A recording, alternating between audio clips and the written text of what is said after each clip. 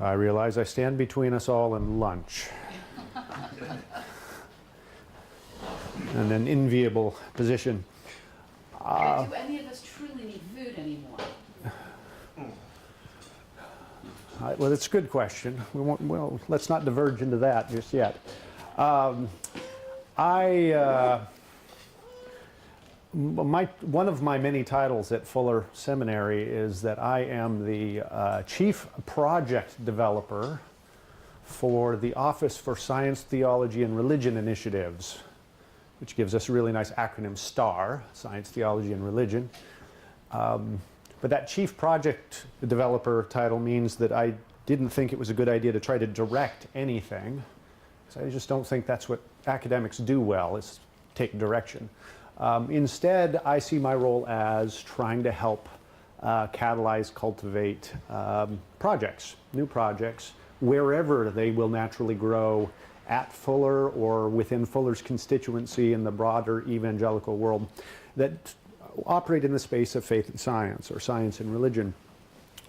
And so I'm approaching my presentation as an opportunity to make some suggestions for a couple of projects in this area, or programs of study that you might consider going forward. And the first one is actually somewhat inspired by an interview I was asked to do just a couple of days before coming here, and I wish it were a couple of days from now instead, because I would have done much better if it were in the future. I was approached by a BBC radio program, let's say Future Proofing, I believe is the name of the program. And so I had in my office the recording crew and the interviewer just a couple of days before coming out here. And I didn't realize quite which direction they were going to go with the interview, and so I probably messed it up. But one of the questions that was raised had to do with, will artificial intelligence and big data make God or religion obsolete? Yeah, and my face did the whole scrunch that Gerald's face is doing. And through the discussion, it became clear that I think there were about three sort of reasons why you might think that, or you might fear that, or you might suspect that. One was that explanatory gaps could get filled. One was that a great thing, this artificial intelligence, would emerge that's worthy of worship in some way. And the third was that, well, this new intelligence would be better at determining what it means to be good, to be virtuous, and to live a life worth living. And while I find this incredible, it does seem to me that people of faith need to be able to give an answer to these kinds of questions. I am of the view that these aren't, in some ways, all that new in terms of problems philosophically. I think there are philosophical arguments out there to handle these types of things. But rhetorically, these may be very new problems. And so it may be a program worth exploring. I don't want to spend too much time on this, especially on the explanatory gaps issue, except to observe this, that it isn't remotely clear to me, anyway, that people largely believe in God, for instance, in order to explain general features of the natural world. I don't think that's what actually psychologically motivates people, by and large. Particularly features of the natural world that can be explained by scientific methods with big, medium, or small data. I don't think it matters. It isn't entirely clear that in many domains of explanation that big data will close all of these so-called gaps. I tend to find that physicists are more confident in this possibility than biologists or psychologists. Indeed, it seems to me quite possible that it's just as likely that big data will help us see that when it comes to sophisticated animal or human behavior, that thousands of predictor variables and their interaction terms do scarcely better at prediction than a few dozen or the best variables. We often see this already in big data sorts of modeling, where I want to explain a particular kind of behavior or response pattern, and we throw a really large number of variables in, and they pretty much, except for about 3, do no work. And the 3 explain 10% of the variance, and that's pretty good psychological sciences and you're happy and you move on. Yes, the standards are quite a bit lower there. But I think even more importantly, such massive data models may, as Dr. Pinzant suggested, do far worse at generating understanding. Human minds quickly bump up against their representational limitations if all we do is add more variables to an explanation, more factors. To obtain understanding, as opposed to mere predictive power or even explanatory modeling, we have to represent the facts in a meaning-making framework. That is, we as individuals. That more naturally resonates with our human cognitive proclivities. Metaphors help, as has been suggested. Enacted responses help. Relationships of the right kind help.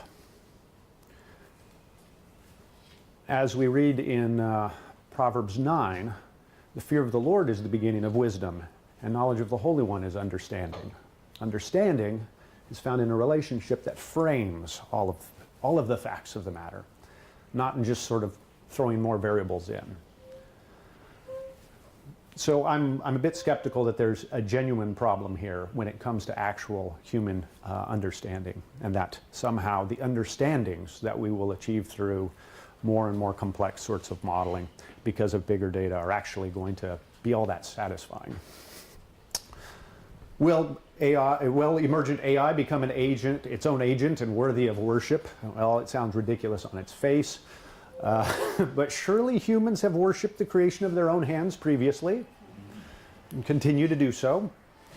But I think that the suggestion of my interviewer was actually that something different may be going on in this situation, that a conscious mind of some sort may emerge through this complexity from these sophisticated computing technologies. And if so, then will people be inclined to give it and its proclamations a certain deference?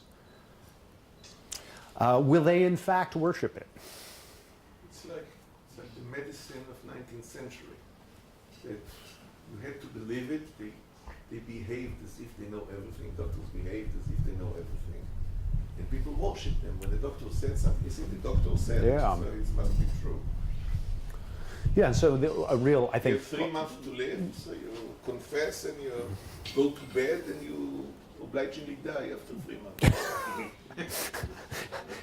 It seems to me it is an open question of whether then people in the future might actually turn into worshipful attitudes toward this artificial intelligence. And at least my impression of the scientific study of what leads people to worship, it's not a field that's actually all that well developed. At least not developed enough to answer this question with any confidence. And so that means there's an opportunity for new research there. But you mean worship if you say that worship is to obey, so there might be something in it. You don't take the worship as a whole, but just to obey. It says this is what's going to happen, like what Aviram said. Sure, that's right. Prediction, so you accept the prediction. Yeah, it's some sort of worship. Yeah, and I deliberately didn't use the word obey. Because I mean something bigger than that. And I take it that the person asking me the question meant something a little bit greater than obey as well. But I'm just pointing to there's an opportunity here for a research project, it seems to me. What about the ability of AI using big data to displace religious faiths in grounding what it means to live a good life, to be virtuous, to make good moral decisions? Here it isn't obvious what the strongest arguments are, at least to me, but I suspect that people generally may be tempted by a couple of lines of thought, may go along these lines. Well, if we had enough data and the AI to crunch the data, then we'll know much better what general principles of life lead to which consequences. And hence, a super artificial intelligence will be able to identify which principles for moral or ethical decision making will lead to the greatest good, or something like that. After all, one common objection to ethical systems that oblige humans to act to bring about the greatest overall good is that humans can't reliably judge what it would be with any fidelity. It's an inscrutable kind of question, and if we can't do it, we can't be obliged to do it. Ought implies can. But big data optimists might say, well, with the help of AI, we'd be able to see much more clearly what the consequences of my decisions are. So how my decision to, for instance, to forego purchasing Chilean produce in California might be of a greater good for the world than purchasing that Chilean produce or something like that. And so then I might have a steer. The AI could tell me, well, I've got a dilemma here. There's some nice Chilean produce in my market. Should I buy it or not? No, you shouldn't. The greater good says no. Okay, then. And you let the AI decide what good is. And therein lies the problem, right? That there are pre-AI, pre-big data values and assumptions that would have to be smuggled in. And I imagine actually, From the eye of the beholder. I imagine people wouldn't notice the smuggling in a lot of cases, and therein lies the danger. I mean, there are lots of questions right here. Is human life of more value than, say, a canine life?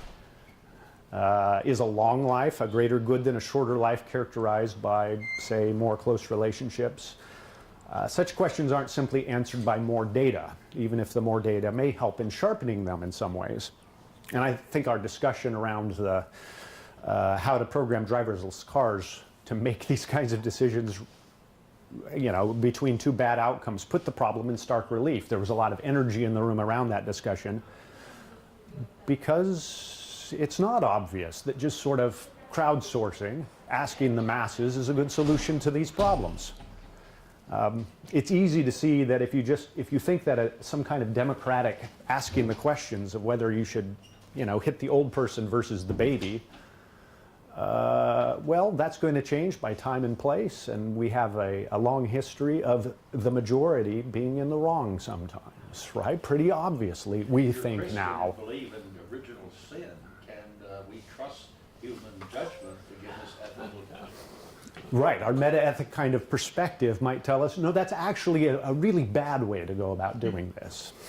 But the trouble is, if you say Will it's not, computers free us from sin because they were not involved? Well, it depends. That was a very interesting question. This was worrying me. Really? Yes. But I'm not trying to solve these problems. I'm raising them to point to these are interesting problems that could be part of a program, right? It all depends on to what extent humans are involved in the programs and what descent to the AIs program themselves. Yes, my point Maybe is God will we are program the computer. my point is we're necessarily going to be smuggling in certain kinds of assumptions anyway. Even, you know, depending on how the data collection is set up, is going to be bringing in certain assumptions and biases. An interesting addition to this project is what will be the effect. Meaning, if you just have human idea, okay, you doubt it. But if it pretends to be backed by big data, it will gain respectability. Right, it'll have this itself because it yeah, created exactly. it. Exactly. It's going to This is feel just like it's bigger. Yeah. Worshipping your own idol that you produced that you yourself produced. Exactly, exactly. And this, I think, is a legitimate worry and then a reason for really engaging this space. And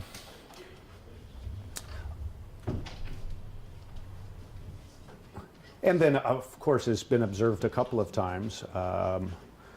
Doctors Gay and Humphreys both suggested we've got little a priori reasoning for thinking that the power of AI will either be good or be used for good more than evil anyway. So while I don't think that the advance of big data, machine learning, deep learning, AI will fundamentally change arguments concerning what is good and thereby make religious morality obsolete, I do think that people of faith should be ready to have these conversations. People will, naturally enough, assume that the big questions of life may be changing, or at least look different with the changes in these technologies. So one could imagine then a program of inquiry and dissemination that concerns how artificial intelligence and big data might change how scholars and the public might think about faith and morality, and whether such technologies might in fact, or at least in appearance, contribute to the obsolescence of religious faiths. At least those faiths that don't come to grips with its implications. I think it's worth studying. Such a program would be an interdisciplinary program. It would have to be. It would require the input of philosophers, theologians, communications experts, but would be importantly informed by those working in technical and scientific areas that are already making use of AI and big data, it seems to me. And so I think it would be an interesting interdisciplinary problem, and at its best it would be interfaith too. So there's my first program suggestion. Will AI and big data make God obsolete? That's a really sort of catchy title. You can use that. Second project idea. This one I'll call the science of morality and religion. And this is a different kind of project. As information technologies, I'm much more optimistic that AI and big data could make a helpful contribution to the scientific study of morality and religion. And now some of you, because you're not coming from the human sciences kind of area, you might think, wait a minute, you can't do that. Or how could you possibly do a scientific study of these things? Well, let me start with a metaphor, an image. Our hotel is overlooking the ocean and there's a marina there. I want you to imagine a bay that you're looking out over, and you see lots of boats floating in the bay. And you notice that when the tides are coming in and so forth, they don't move too much. They sort of drift around a little bit, but not a lot. What do you infer from that?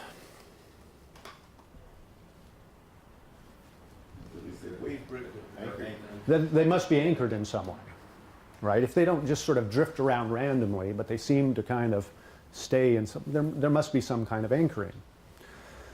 Well, in a similar sort of way, there is a growing field of cognitive and evolutionary studies of forms of cultural expression. Think of those boats as forms of cultural expression. What we don't see when we look around the world at cultural expression is complete randomness. We don't see any and every possible type of expression being expressed and stabilizing in populations. We see relative stability and some change, suggesting there are some dynamics that anchor cultural expression. Well, what are the anchors then? The area that studies this, I think, most effectively uses a metaphor from another discipline. It's called it's called itself the Epidemiology of Representations. It's a really clunky name. A sort of neighboring term that some have heard is called meme theory, which is not nearly so clunky, but is also not nearly so helpful. The Epidemiology of Representations, this was a label given by a French anthropologist by the name of Dan Sperber, it turns out, who notes that we could study cultural representations, whether they are religious representations, moral representations, dance, art, whatever it is, by appeal to how they sort of attach to cognitive systems in human minds that sort of undergird them, how they're best supported. It's a little bit like how a virus finds a suitable host.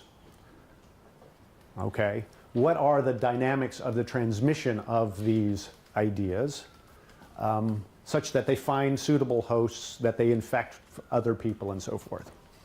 And what we find from, or at least what's been theorized, is that you end up finding that there are these, you might think of it as inference engines that humans naturally have that make some ideas just better to think.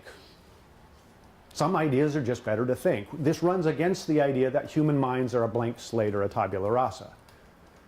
I don't know any cognitive scientists who take that seriously, that old model, but that we walk around with it. Oh yeah, if you want to teach a kid something, you teach them anything you want as long as you're sort of persistent enough. Nope. Some things really are hard to think and require an enormous amount of cultural support and scaffolding. Some things are pretty easy to think. One of the sort of classic textbook examples is acquiring a fear association with snakes. It's really easy in humans and other primates.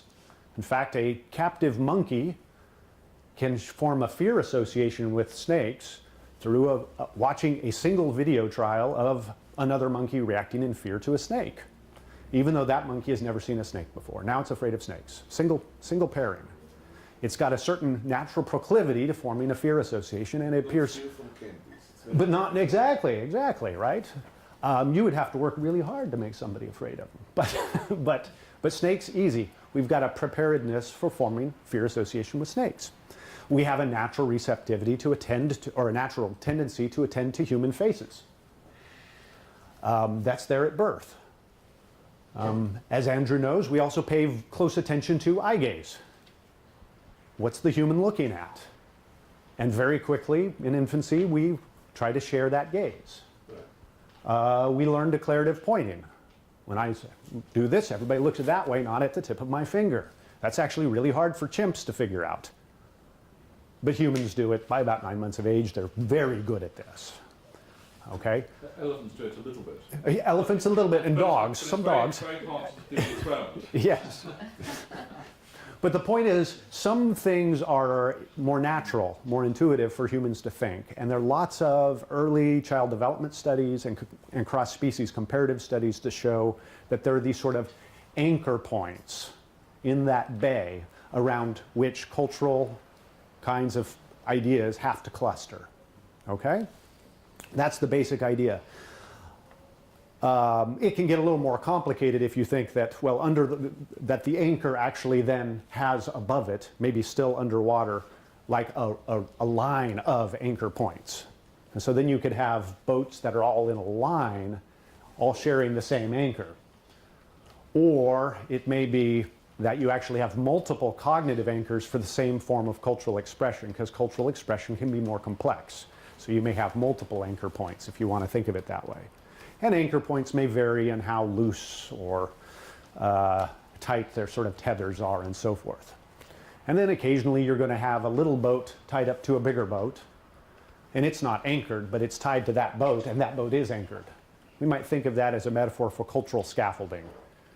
So this boat the big boat can't get too far from the anchor point, but the little boat can be even further out because it's not anchored directly to the anchor, but to the boat.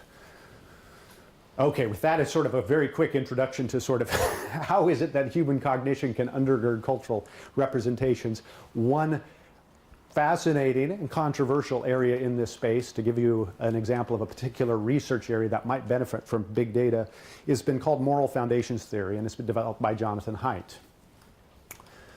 Jonathan Haidt has proposed, and his collaborators have proposed, that there are these emotional, affective, but content-rich kind of anchors that are fairly natural in humans that drive our judgments of whether something's good or bad, right or wrong. That they're pre-rational, they're actually sort of emotive. And he gives some really interesting and sometimes very disturbing examples. One of these anchor points is thought to be our disgust system. Okay, we've got a natural disgust system that seems to be there. It's a really handy device for omnivorous, sort of wide range kinds of animals to have, because you need to be able to eat lots of different types of things, but you also need to be able to avoid disgusting things that could poison you. So you need to have strong reactions to certain kinds of things. And so we've got this sort of disgust response, which leads to gagging and other kinds of things. At least I'm giving an abbreviated version of the story. But it gets tuned up as well in early childhood, right? So infants are terrible. They'll put anything in their mouth. They don't seem to be disgusted by anything because the system doesn't seem to be quite online yet. They're just exploring the world. And you tell them, yeah, yuck, no, yucky, dirty, and you give that kind of feedback. And eventually they figure out, okay, mom doesn't like this. She reacts really strange. And when they're about 3 years old, then you almost get an overcorrection, whereas now the peas and the potatoes cannot touch each other because that's contaminating. Ooh, that's interesting. It's contaminating. It's disgusting. Okay, and so there's people who have studied disgust have been able to show that it's got certain broad parameters, but they're loose. They can be tuned up. They can be tuned up to include things like moral contamination, or that other people are contaminating, groups of people are contaminating, that a person can contaminate a space, okay? Not just related to sort of disgust, but also for pathogen avoidance and so forth. But this system then is thought to undergird our intuitions that humanity seems to have across cultures, that some spaces are sacred and need to be kept that way and they can be defiled, or some behaviors or actions defile us. And you have to do proper things to remedy that defilement. Cleansing rituals are cross-culturally recurrent. They're all over the place. They're one of the most common forms of rituals. Why is that? Here's an explanation. Because they're playing on a natural kind of intuition. They make sense to us. They're easy to think. They're good to think. Okay, that's sort of purity sanctity. That's Haidt's first sort of moral foundation. There are 5 he proposes, sometimes 6. A second is authority respect. He says pretty much all over the place you see that people in authority deserve a certain amount of respect and deference. This comes from our sort of social structures. That's just a natural part of just our human-animal structure. You can see predecessors in other apes or something like that is the way the story sometimes goes. Loyalty. It's good to be good to your group. It's bad to betray your group. Sometimes this is mistakenly meant that you should also be aggressive toward the outgroup. That doesn't necessarily follow. Okay? But this in-group loyalty can be triggered for ill. It can be cultivated in that way. People who are really concerned with the psychology of racism often quickly go to, oh, racism is intuitive or natural. Well, that's not quite right. In fact, the studies on what kinds of markers people use to draw their in-group boundary actually don't favor race. And why would they? If you think that historically human groups would have been composed really of people who all looked very similar, you wouldn't use race markers. That's not an important one. What do you use then? You use language. You use language, you use accent, you use clothing style, you use food and food preferences, because those get cemented fairly early in development, and you carry on with those. They're hard to fake too. Okay, so purity, sanctity, authority, respect, loyalty, fairness, reciprocity.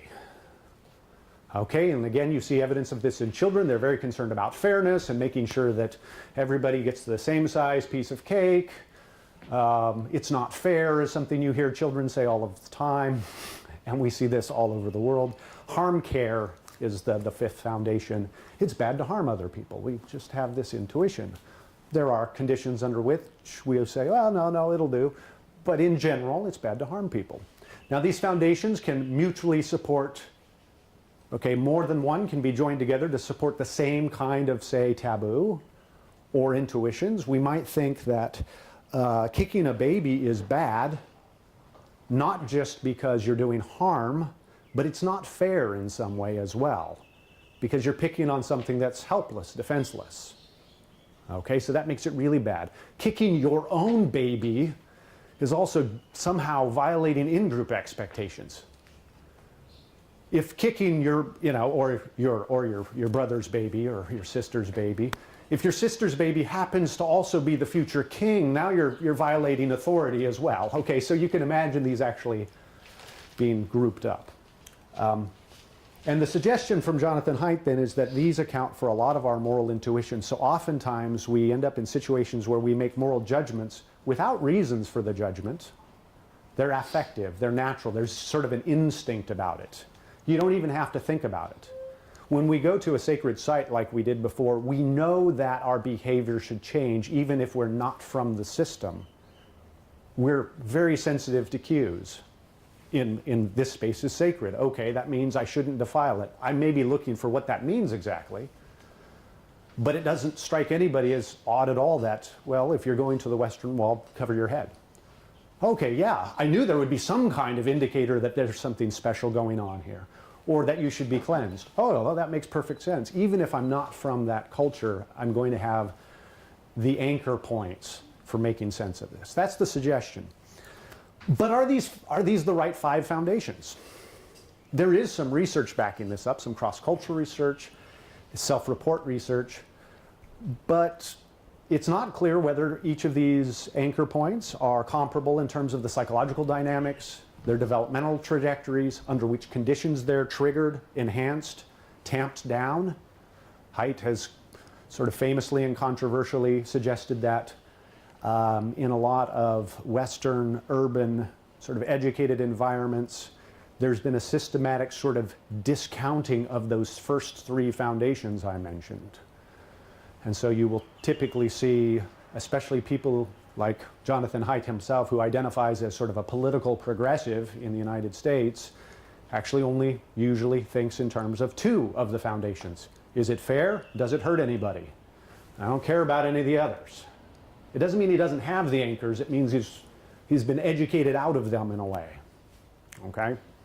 But then actually conservatives in the United States show use of all five, as do most people around the world. I just wondered how well it would treat some aspects of revealed religion. I'm thinking of the Book of Job. The Book of Job starts almost like a contract. Job is a righteous man and God rewards him, sort of like a fairness issue. By the time you get to the end, all this has got completely blown out of the water. And but you see, Job also says, I want to see the face of God. And it's become much more second person. Well, actually, no, I'm interested in second person. But you see, this is an area where revealed religion, natural religion, might come into a certain degree of conflict. Because I think our natural relation to God is much more third person. No, that's very good, yeah. There's no assumption here that the normative judgments that get generated out of these anchors are right in any kind of sense, or that we would want to necessarily affirm them. Just that they're going to be exerting a certain amount of, they're going to pull. Yeah. So you might have revealed religion that wants to move the boat away from the anchor point, and it's going to be hard, because that anchor is going to keep tugging back in the minds and hearts of the people who hear it. That doesn't mean it's wrong to keep trying. It just may require more scaffolding, right? You may need to extend that tether a little bit through things like scripture, meditative practices, prayer, being part of a community. But before we get to that problem, we might just consider, is this model even right? And I think big data could really help here.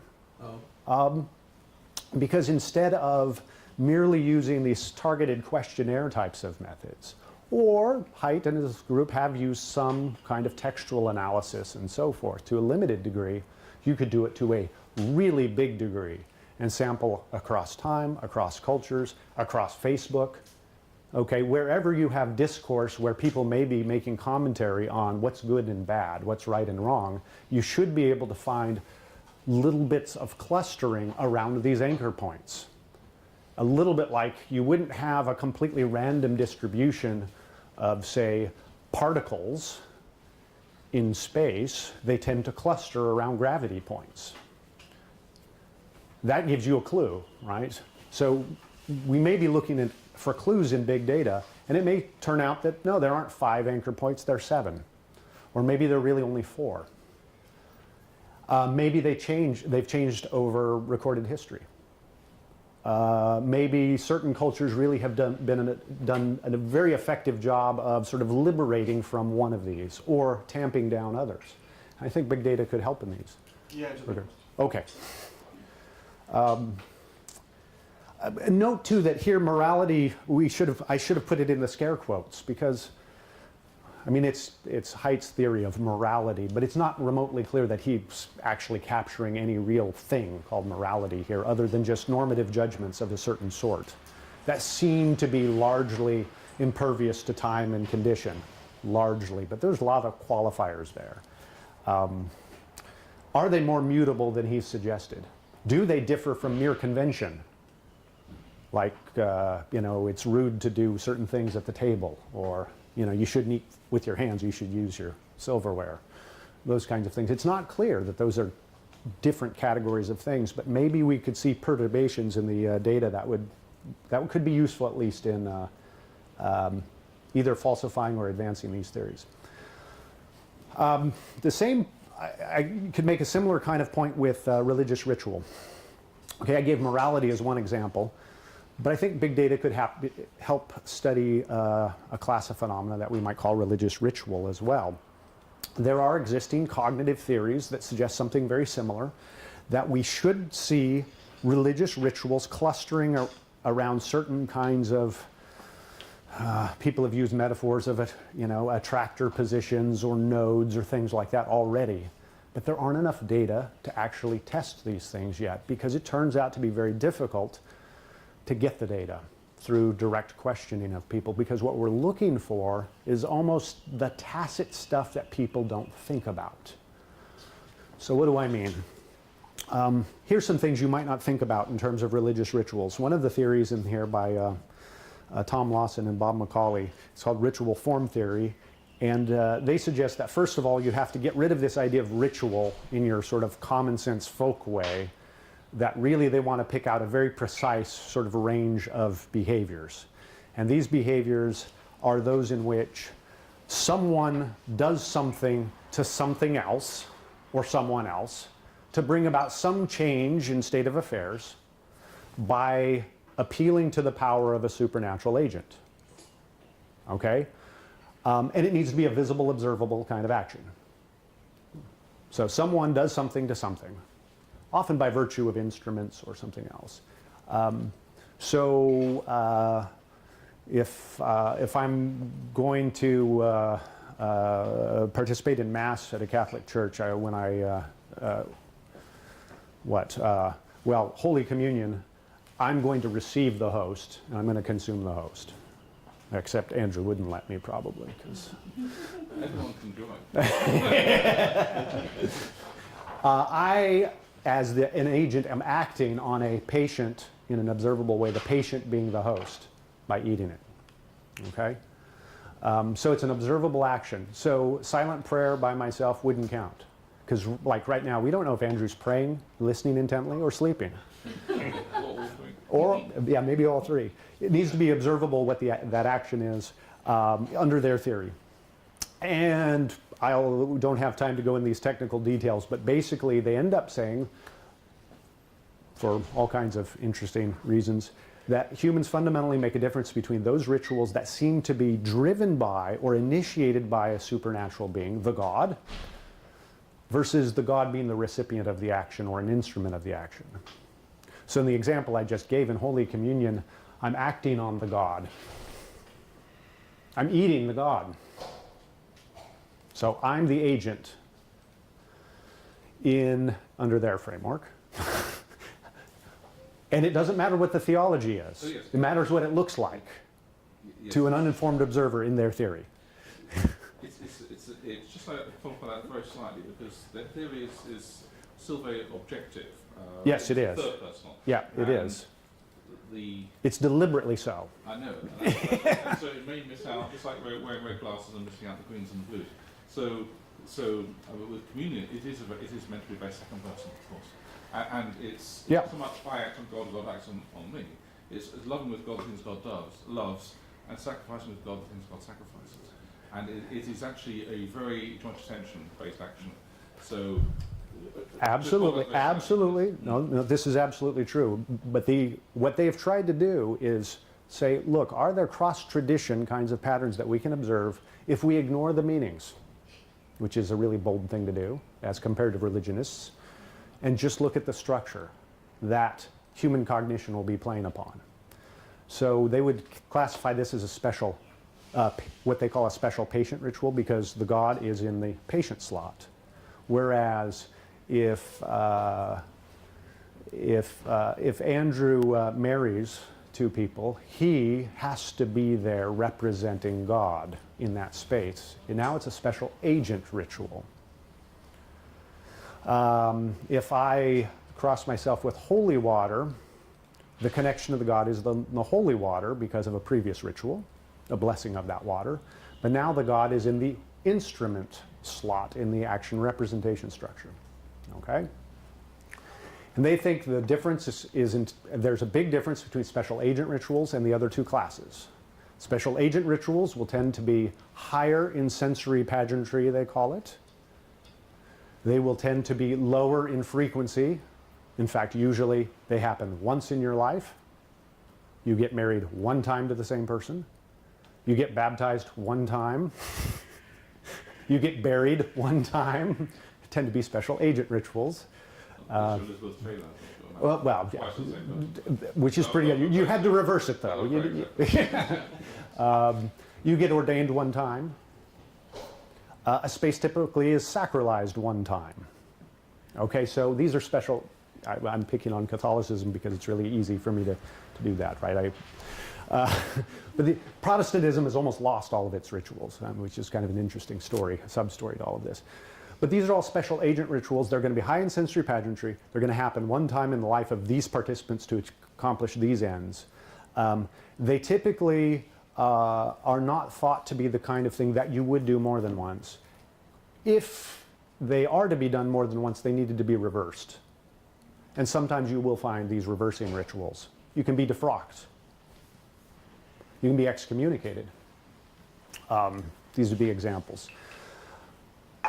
What about special patient and instrument rituals? Do them as many times as you need to. Right? You can participate in Holy Communion multiple times a week. You can cross yourself with holy water over and over and over again. You can make sacrifices, animal sacrifices, as many times as you like. Technically, the Hajj is one of these in Islam. Well, you can do the Hajj multiple times. Most people don't because it's a little bit costly and expensive. But these can be done frequently, but you don't reverse them ritually, is the prediction. And they tend to be lower in sensory pageantry, emotionality, and so forth. Well, so that suggests there's these clustering of features, of intuitions, around two different kinds of spaces based on the ritual type.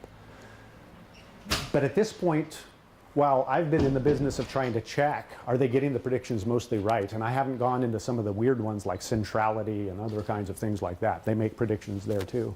But I don't have enough data about a lot of these things. Mostly because, notice these kinds of questions. Well, can you do it more than once? I ask most people that and they go, what are you talking about? Well, how high is it in sensory pageantry? What? These are weird things to ask people, and they have really irregular intuitions if you just ask them directly. I was talking to some Eastern Orthodox Lebanese folks about some of these, and with baptism, for instance, which happens to infants in their tradition, they regarded this as relatively low in sensory pageantry. Why? Because they were putting themselves in the position of the observer, not the person being baptized. It really came out when we talked about ordination. Oh, well, that's kind of moderate, except for the priest in the room who said, no, it isn't. That was a big deal. I really felt that. They're like, oh yeah, we're just observing it. We're not the patients of it. And that changes your perspective. It changes with circumcision. No, really. Yeah, you can only do that one once. I mean, you see everybody in there going. But it's not reversible. And not reversible, yeah. They're pretty careful with this, that only some things are potentially reversible, and certainly not necessarily the action's reversible, but the consequences of the action can be. But in the special patient and an instrument, they just aren't. You don't reverse these. You don't take the sacrifice back. You don't unburn the incense. You don't do those things. Okay, but are they right? Do they have the predictions right? Actually, a big data approach could really help in these. Now I'm just talking about, this is micro level, sort of breaking down just this narrow band of behaviors that we commonly associate with religious traditions. That doesn't include prayer. It doesn't include worship in these other forms. It doesn't include beliefs. It's actually just a narrow band of activities that we typically regard as religious, but we could generate this out. And then start looking at, well, not only do, say, Lawson and Macaulay get the predictions right for this narrow band of things they call religious rituals, but then how do those join up to certain belief systems, to prayer and worship, to other kinds of things? To communal belonging. To communal belonging, to sense of identity. Because there are models that then suggest that too. So Harvey Whitehouse, anthropologist at Oxford, has this idea that rituals of the special agent type that tend to be like circumcision and other rites of passage types of rituals that are highly evocative, that you only do once, that have high sensory pageantry, also have a different kind of motivational and mnemonic effect. You don't forget who you were initiated with very easily because you went through this ordeal together, is the claim. And that religious traditions that are focused around, that their entry rite is a high sensory pageantry, done once in your life type of thing, tend to be small scale, Melanesian, for instance, or somewhere in sub-Saharan Africa types of rituals that bind a small community of people together in a tight way. But they don't tend to spread very well. They don't tend to support elaborate doctrine because it's hard to learn doctrine when you're being tortured. Is the basic, I'm shorthand. That's not what's important. What's important is who did we go through the initiation with? So he calls these imagistic religions, and in contrast, doctrinal religions, where you have rituals that you can do over and over and over again, which create an occasion to actually encourage orthodoxy and orthopraxy and teachings that get elaborated over time, that require revisiting over and over and again. Well, those then can actually spread more effectively, and you can develop a fictive community and so forth and so on.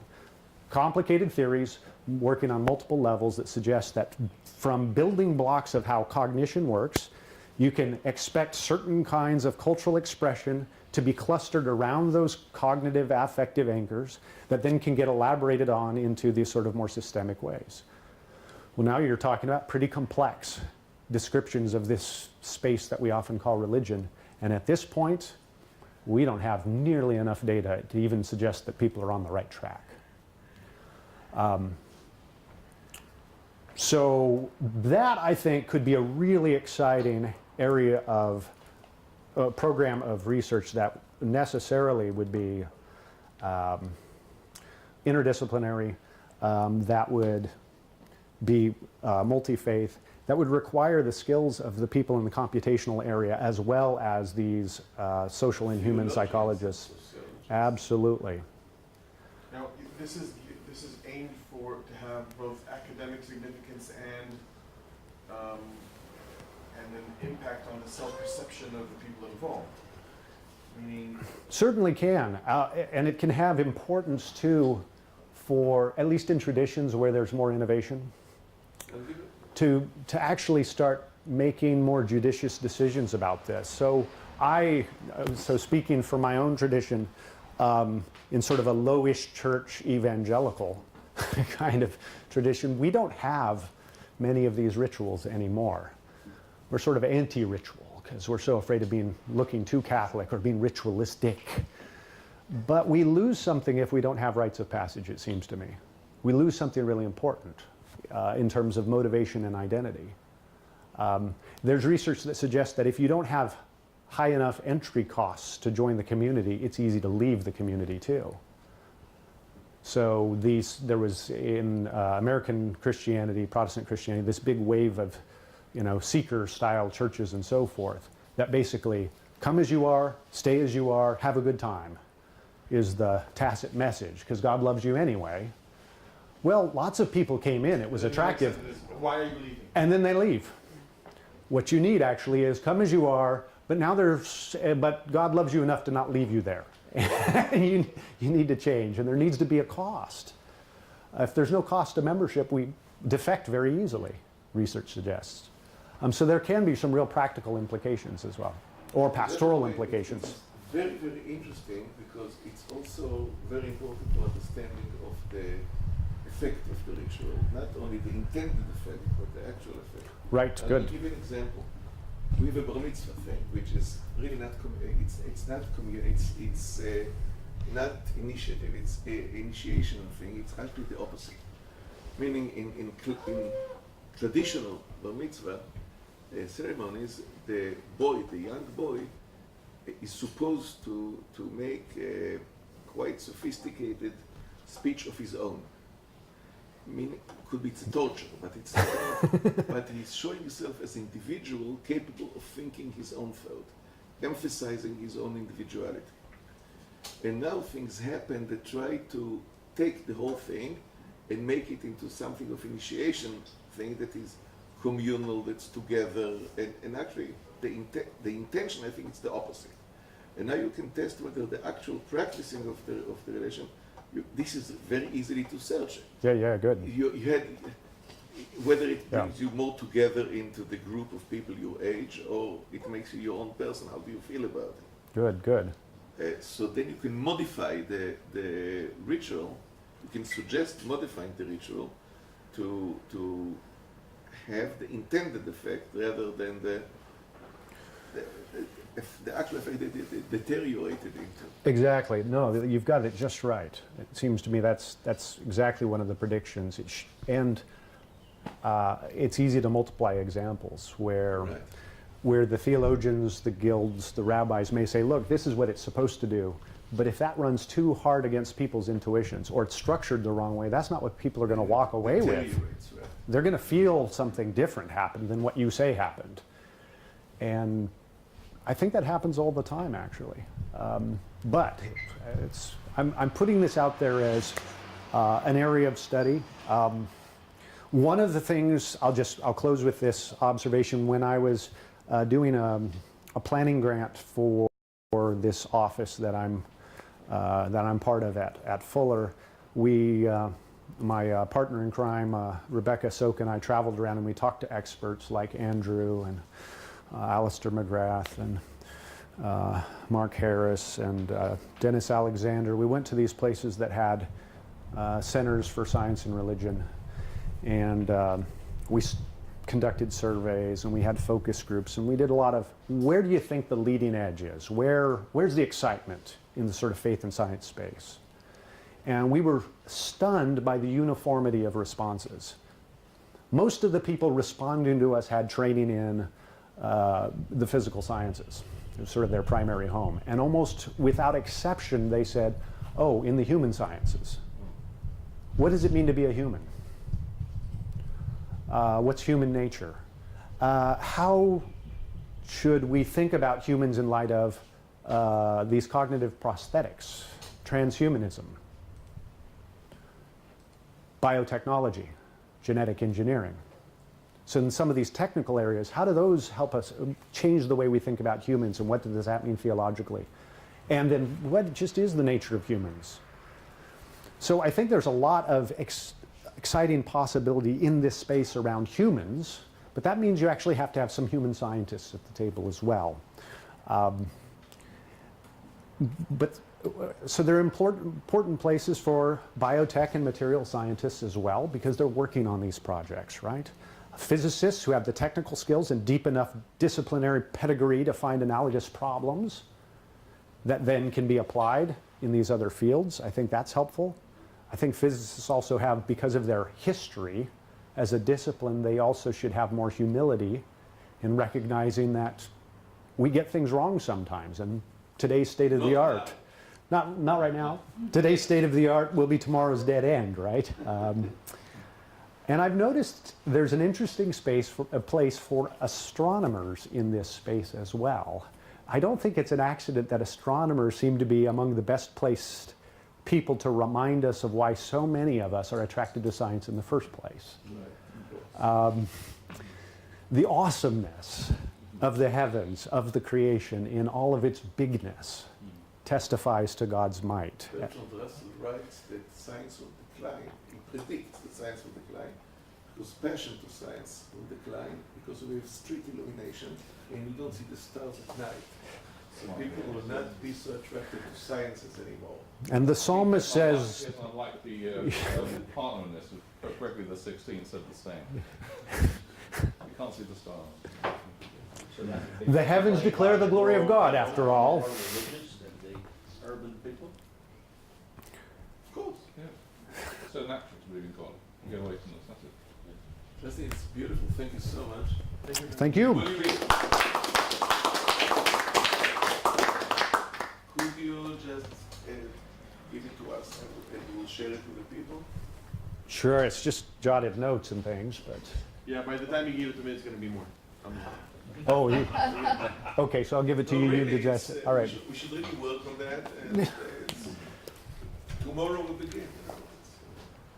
No, I mean in a benign way, like when you structure it in a way that you'll send it to me, it already helps. Okay, thank you so much. Oh, you really think? We I'm going will to take go the time to lunch, and restructure that?